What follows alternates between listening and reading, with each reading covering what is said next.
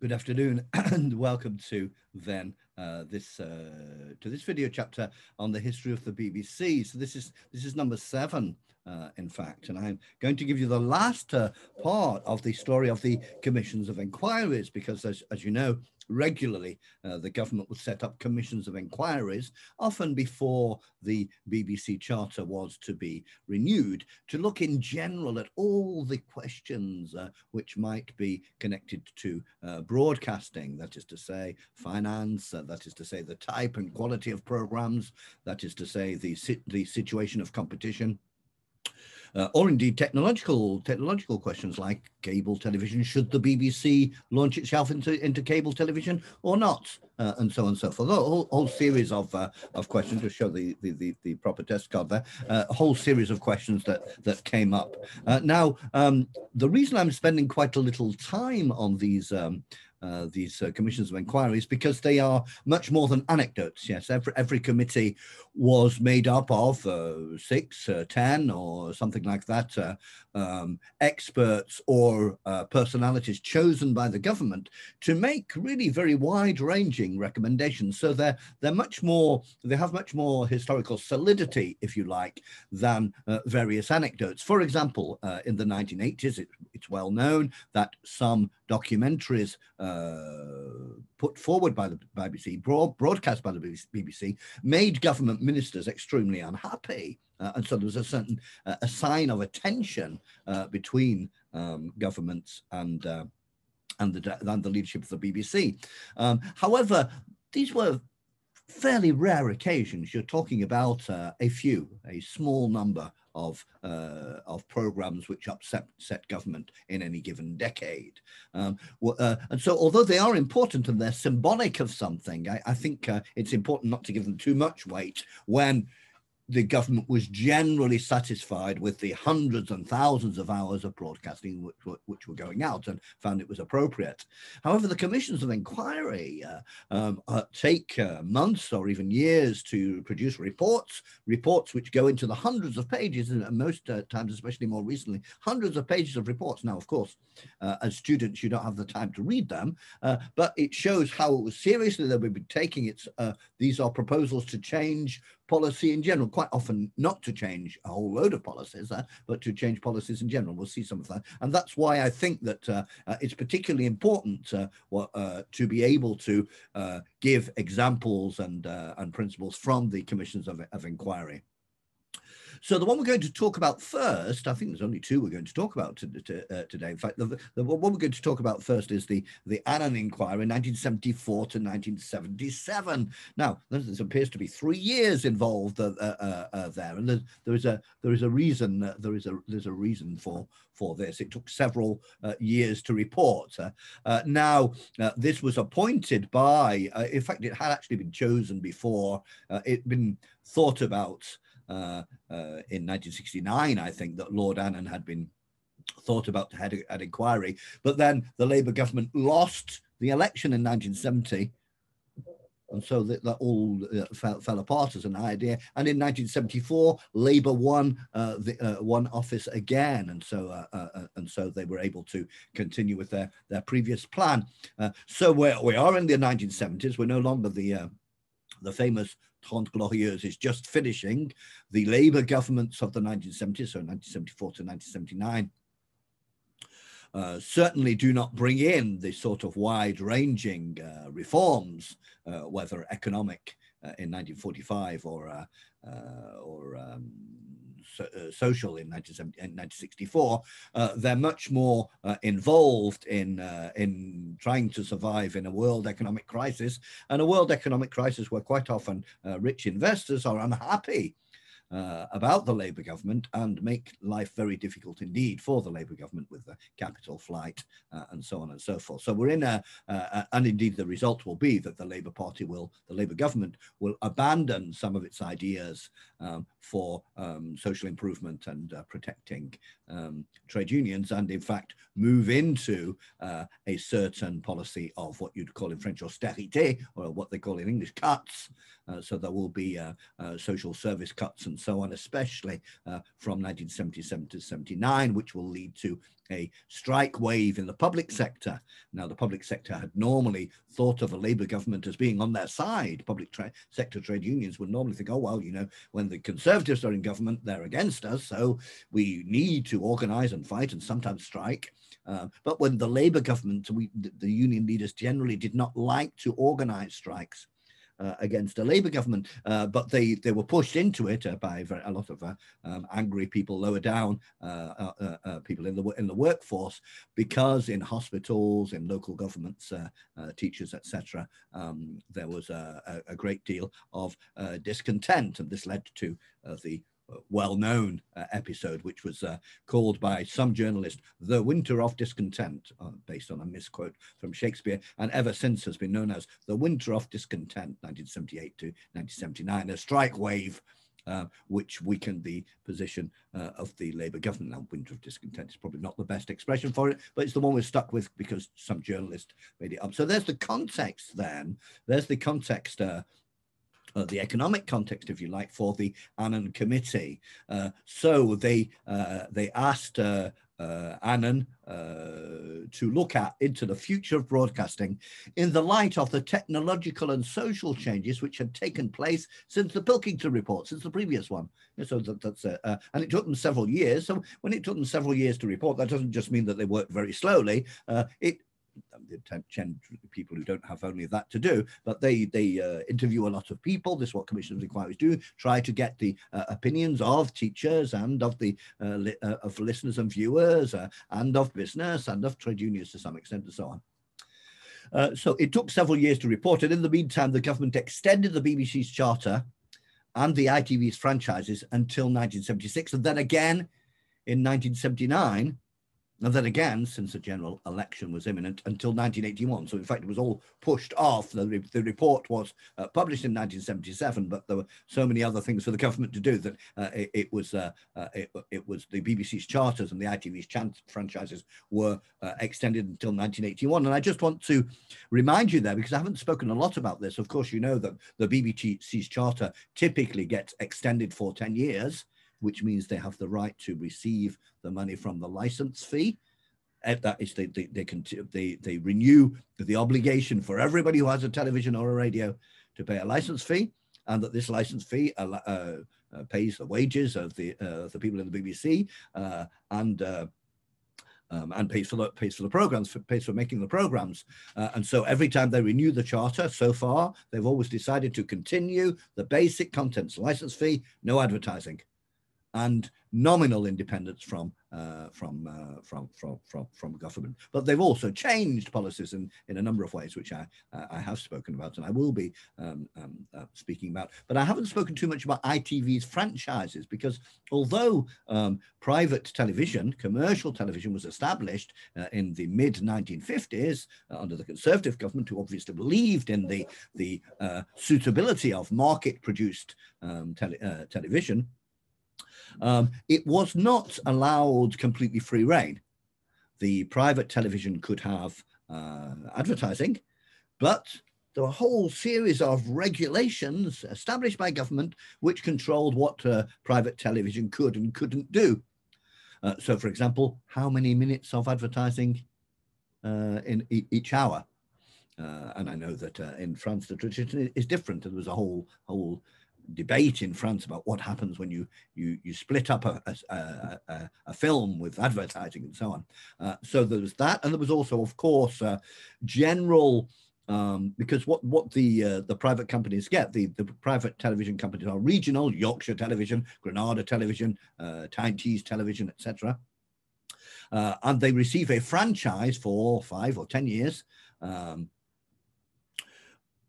Which gives this particular private company the right to broadcast to that region, provided that they follow the rules which have been established. And these rules can include things like a certain percentage of educational programs.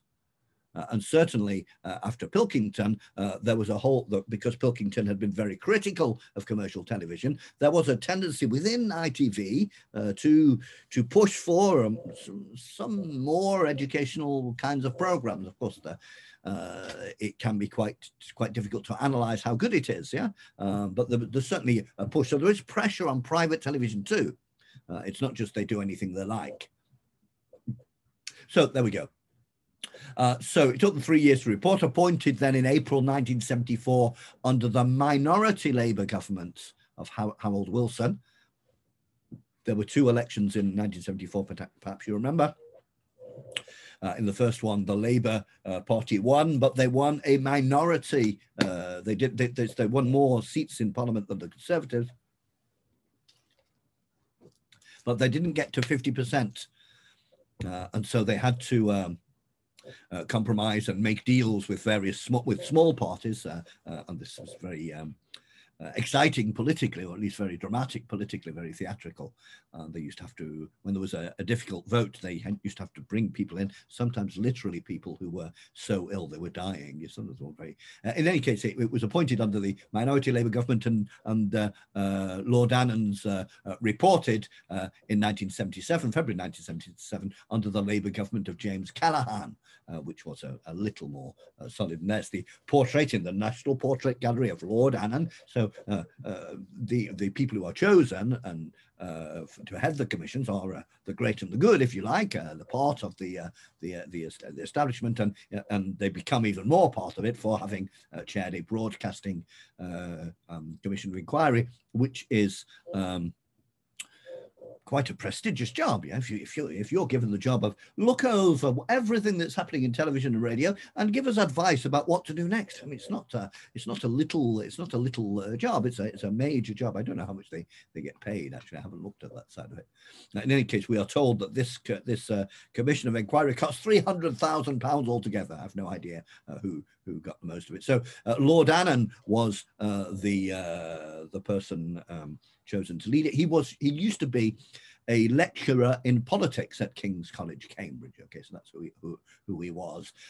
And this is a Labour government commission of inquiry, and so we have a certain number of people who perhaps would not have had such a chance under a Conservative government. Although remember that both Conservative and Labour governments, when they establish a committee of inquiry, they make sure there's a little bit of the other side involved. First, because they might know something you don't. There's a lot of the discussions can be technical and scientific, but also because they would like to be able to put forward any changes they make as not simply partisan things that we did because we're Conservatives or because we're Labour, but things which are consensual. That's not always possible, of course. One of the members of the Annan Committee is Hilda Himmelweitz. And she is an interesting character because she was involved in studying television for a long time. Throughout the 1950s, she worked on studying television, and she wrote a book, Television and the Child, in 1958, which established her reputation. This was a long study, a 1955 survey of the effects of television on 10 to 14-year-old children. So obviously something which bothers government, but also teachers and parents and everybody else. What is the effect of television on children? And the debate goes on. Yes, and so that's who she was. She was one of the commission. There was also Anthony Jay. There he is, Anthony Jay, who is actually a Conservative writer, but also the author of Yes Minister and Yes Prime Minister, the sitcom. So he's a sitcom writer and actually a Conservative, although I don't know why particularly he was chosen, but he was chosen. Who else did we have on the committee? I'm not going to tell you who all the 10 were, but I'm going to tell you 3 or 4, and there is some importance involved in this. So there was Margarita Lasky, who was a novelist, and there you can see the Victorian chaise longue, one of her novels. And there was also Deepak Nandy. Now, who is Deepak Nandy? Deepak Nandy came from an Indian family originally, and he had worked for a long time for the Runnymede Trust. And the Runnymede Trust, which was established in 1968, and Deepak Nandy was the first director, was a think tank dealing with the question of racial equality, as they say in English. So it was an educational charity which was set up to basically to study racism and relations between ethnic communities, and to make suggestions and advice. Now, it was not a very radical organization, which is why they get to sit on commissions of inquiry. It had been developed after 1968, partly as a response to the growth of racist politics, especially those of Enoch Powell after his well-known infamous Rivers of Blood speech, which looked at for a moment as if it could turn into a mass powerlist movement. And Deepak Nandy was also deputy director of the Equal Opportunities Committee. So we can imagine that he would give some input on what is the BBC doing for ethnic minorities. Whole series of other people, Professor Jeffrey Sims, Marcus Worsley, 16 members in all, and I'm pretty sure that 4 of them were women. And Lord Annan, the university lecturer, is also a trustee of the British Museum. So what did they discuss? Well, they discussed the entire broadcasting industry, including new technologies and their funding, the role of the BBC and of the IBA, the Independent Broadcasting Authority, which supervised private commercial television, and they discussed program standards and so on and so forth. Now, it's an interesting commission because this was the 1970s. I already mentioned the move of the Labour Party towards cuts and the very, very beginnings of neoliberalism. This was the 1970s was the moment when in elite circles there was beginning to be a turn from the welfare statism of the 50s and 60s to the encouragement of individualism, market liberalism and private enterprise, which of course will be reinforced very much by the arrival of Margaret Thatcher. Now, it's an ambiguous turning point because the concept of public service does change a little bit. Previous reports from other commissions put forward a broad consensus on the idea of public interest and national interest, whereas Annan tends to argue, well, what's important is that there are a variety of voices. So in a way, Pilkington said, well, the BBC is the best, is the centre, public service broadcasting is the centre, and well, we have to allow private broadcasting as well. Whereas Annan is beginning to look at, to take on board and to agree with some of the values of privatisation. Of private television and in general of the market. Now, Annan looked at various technical innovations, and they understood that the video cassette recorder was beginning to rise, and that cable television was going to be big.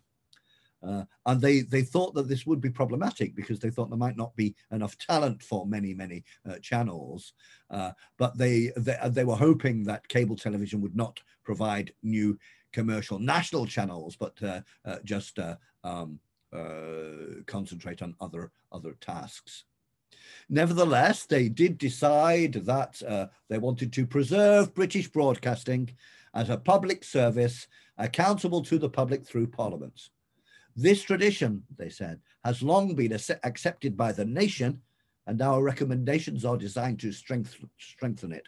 So we're very clear that when Annan came to have a look at the BBC, no question of thinking of privatising it or abolishing it, absolutely not. No, we really want to continue it. And it's important to remember each time there were always people saying, well, maybe it's time to get rid of the BBC.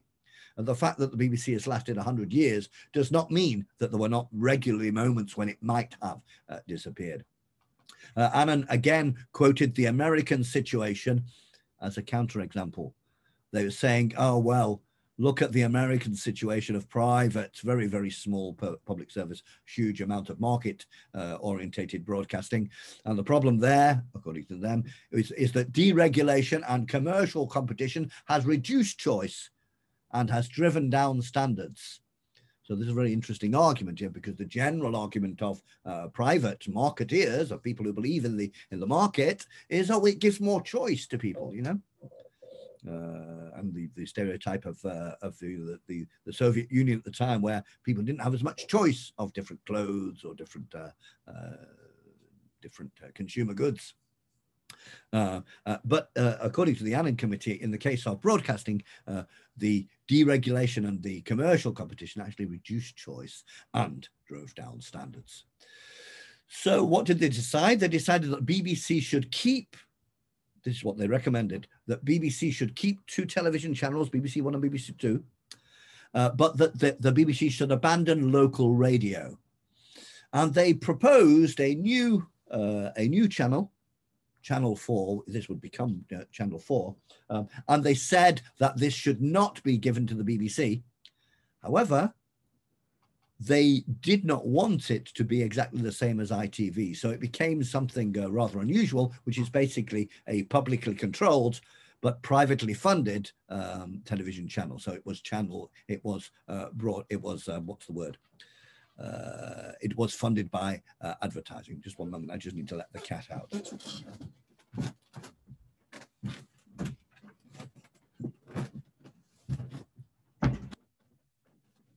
This is all live, you know. Their idea for the 4th channel was that many people should make programs for it. The Open University should make programs, the Arts Council, the Trade Union Congress, and the Confederation of British Industry, the bosses group, should all be allowed to make programs for broadcast if they were prepared to pay for them. So you see that sort of idea. Now, the Annan Committee heard evidence to the effect that neither the BBC nor the ITV were moving sufficiently with the times.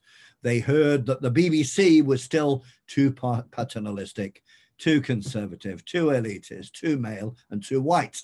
And Annan agreed. The report says, our society's culture is now multiracial and pluralist. That is to say, people adhere to different views of the nature and purpose of life and expect their own view to be expressed in some form or other. So very much a multiculturalist, a pluralist idea, very, very different from John Reith, who thought, well, you know, white Christian imperialists know the truth, and we're just showing it to everybody else. Annan suggested that to the BBC's traditional 3 keywords, inform, educate, entertain, they should add a 4th one, enrichment.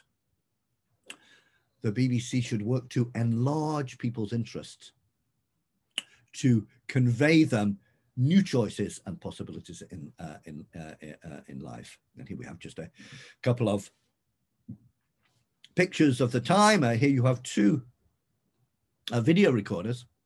At the top, there's a VHS one. At the bottom, it's a Betamax one. For a while in the 70s and the beginning of the 80s, there was competition between VHS, which was one format of video cassette, and Betamax, which was another one. And eventually VHS won. So if you've ever seen a video cassette, it will be a VHS one, and Betamax just disappeared. By the end of the 1970s, 2 million homes had cable TV. So you can see that that's the beginning of something there. So what did Annan recommend? Well, they said, well, the license fee should continue. There should be a 4th television channel, but an independent one. Local radio should be privatized. And also, they recommended there should be an increase in independent production. And this is very important for the future. What is independent production? It means that they didn't want the BBC to make all its own programs. They wanted the BBC to buy some of its programs from private companies who specialize in making programs. And this will be something which will rise very, very considerably in the future, but this happened. So you can see that some of these ideas, privatization of local radio, increase in independent commercial production of programs, if it happened under Labour, they don't sound like traditional Labour values, but Labour was already changing. But eventually it will results in the launching of Channel 4. And this is the first ident, as they say, which they used, Channel 4, which was actually launched in 1982. So after the Conservatives had won the election again and Margaret Thatcher was Prime Minister. I think it's important to be careful with thinking about Margaret Thatcher as Prime Minister, because she has a reputation, this reputation as the Iron Lady. And if you're not careful, you could have the impression that she became Prime Minister and then did exactly everything that she wanted to do. It was absolutely untrue. She worked very, very slowly, introducing the big conservative changes she wanted little by little, because she was always worried that there might be some sort of revolt. Which brings us on to the very last of the commissions of inquiry in our period. And this is the Peacock Committee, which was in 1985 and 1986. So 1985 and 1986, we now, at this point, Margaret Thatcher is in office, and quite solidly in office. She had looked in 80 and 81. She had looked rather fragile as a government.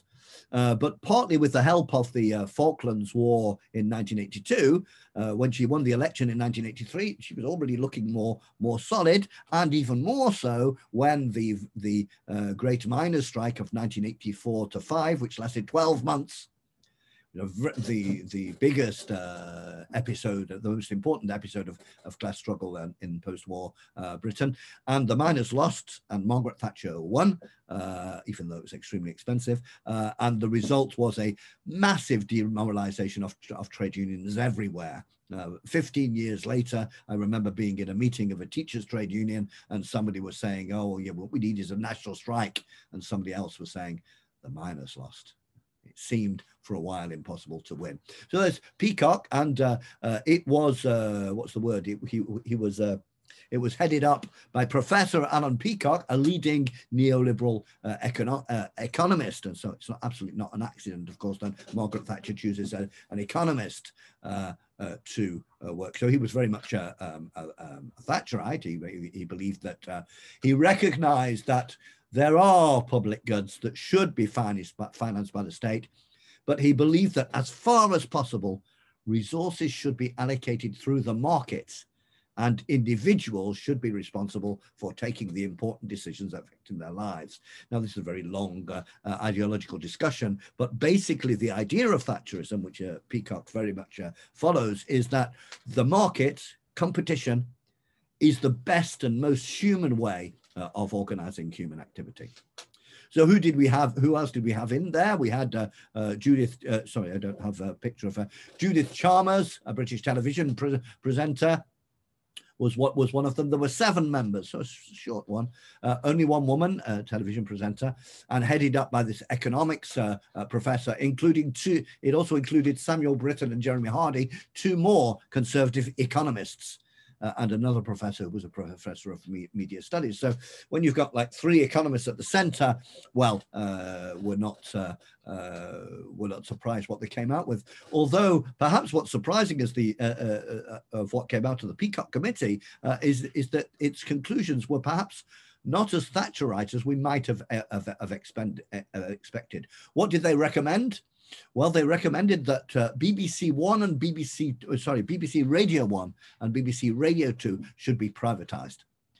Radio 1 was Radio 1 and Radio 2 were the 2 most popular radio stations. Radio 1, pop music and rock music all day long, always new music. And Radio 2, almost all music, very little which is not music, but a wider range of popular music, including variety, folk music, brass bands, operettes, musical comedy, and an awful lot of pop and rock from 1940 to 1980. So they recommended it should be privatized. So it's an interesting idea. Is what they thought was, well, you know, playing music with chatty DJs, the private sector can do that. The market radios can do that. They will get enough listeners to pay their advertisers, and so they should do it. This is the basic idea of Thatcherism. If the market can do it, it should do it. The public sector should be reduced to only those things which can only be done by the public sector. This is the whole idea of neoliberalism.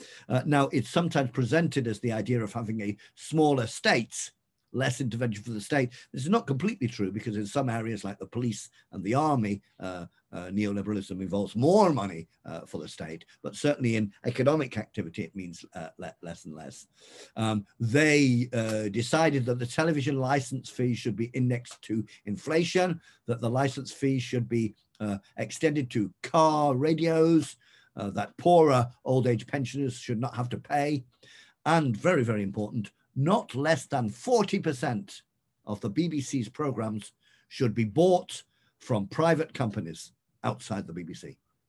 So a very important reform here. So more space for the market, less space for the public, the public sector. Also, they decided to reorganize the ITV franchises, that they wanted them to be put out to competitive tender. That is to be more every few years. I can't remember how many years, when they decide to renew the franchises for the private companies who produce television, they should give more space to competition. Yes. So that's what they did. That's what they recommended. However, now remember, the recommendations do not have to be followed by the government. And in fact, then the result of it all was the charter was renewed for the BBC. However, this was the time of cuts, BBC staff cuts. A lot of personnel were sacked, made redundant. There were efficiency drives, and certainly they did follow the recommendation. The government did follow the recommendations of making the BBC buy far more, buy far more programs from private companies. Now, in one way, one might have expected Margaret Thatcher to have been harder around this area and push the law through to be more orientated to market forces. But in fact, she was not, and so the result was. Let's say, less hostile to the BBC than everybody feared. Peacock's conclusions were nevertheless not a resounding endorsement of the first 65 years of the BBC. Public service broadcasting saw its role in this report confined to completing at the margins what the commercial sector was unable to provide. This is the idea of neoliberalism. The commercial sector, the market, satisfies the consumer, and the public service plugs the gaps for the citizen. According to this logic, the whole broadcasting industry needed deregulation, more competition, more cable channels, private cable channels paid for by subscription. And so the Peacock Committee expected the role of the BBC to be diminished over time until perhaps only people who really wanted the BBC would pay the license fee. This was perhaps, yes. Now, in fact, it didn't happen like that. The BBC managed to survive, and even today, we still have the license fee and the BBC. So that brings me to the end of my story about all the commissions of inquiry, which is particularly important. Now, the following videos will go on to a slightly different subject, and I will probably be going on to the actual timeline itself and taking you through the history of broadcasting from the 1920s up to 1995 with more examples of programs and so on. And it's up to you to, if you're following these courses to study for the agrégation, it's up to you to pull together the examples around the big themes which are the most likely subjects for the exam. So thank you very much for listening. I just have to find this thing. Stop there and press this one here and this one here. Goodbye.